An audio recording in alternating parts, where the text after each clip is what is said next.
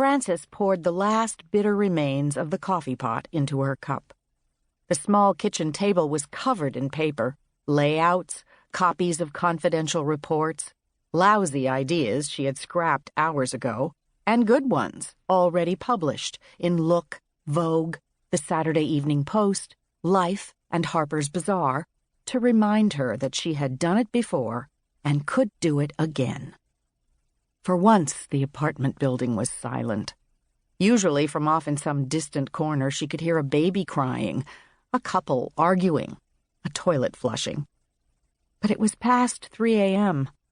The revelers had long been asleep, and the milkmen weren't yet awake. Her roommate had gone to bed around 10.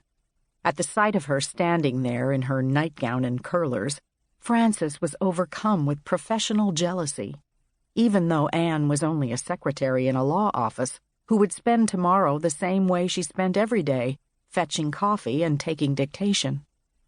Frances had just finished writing the newest De Beers copy, a honeymoon series with pictures of pretty places newlyweds might go.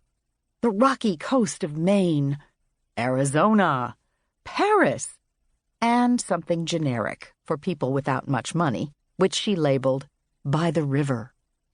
In a way, that one was the most important of them all, since they were trying to appeal to the average Joe.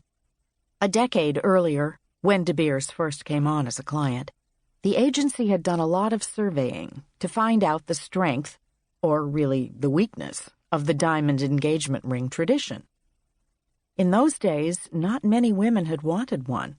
It was considered just absolutely money down the drain. They'd take a washing machine or a new car, anything but an expensive diamond ring. She had helped to change all that. The honeymoon ads read, "May your happiness last as long as your diamond." A pretty good line, she thought. "Time for bed, Frank," she whispered to herself, the same words her mother had whispered to her every night when she was a child. She was just about to switch off the light when she saw the blank signature line that the art director had drawn on the layouts, which she was meant to fill in by morning. Rats! Frances sat back down, lit a cigarette, and picked up a pencil. A day earlier, Jerry Locke, head of the New York office, had called her. "I think we should have something that identifies this as diamond advertising," he said. "A signature line. What do you think?" When Jerry Locke asked what you thought, it was wise to understand that he was not actually asking. In her opinion, the man was a genius. Unpredictable and a bit gloomy at times, but perhaps all geniuses were like that. "Yes, perfect," she said. Jerry looked like Winston Churchill. He acted like Winston Churchill, and sometimes Frances believed he thought he was Winston Churchill. He even had fits of depression. The first time she had to go to New York to show him her ideas, she was scared to death. Jerry looked them over, his face giving no indication of what he thought. After several torturous minutes, he smiled and said, "Frances, you write beautifully. More important, you know how to sell." They had liked each other ever since. Half the employees of NWA were afraid of Jerry Locke or couldn't stand him. The other half thought he hung the moon, and Frances was one of them. "The line shouldn't say anything about De Beers, of course," Jerry continued over the phone. "Of course."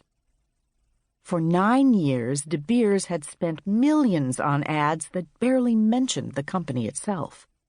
To even name it as a distributor would be breaking the law. So the advertisements were simply for diamonds, and they were beautiful. Ayer pulled out all the stops. They couldn't show pictures of diamond jewelry in the ads, which left the art department in a pickle. In theory, Jerry had nothing to do with creative. He was a straight-up businessman and just handed out the assignments.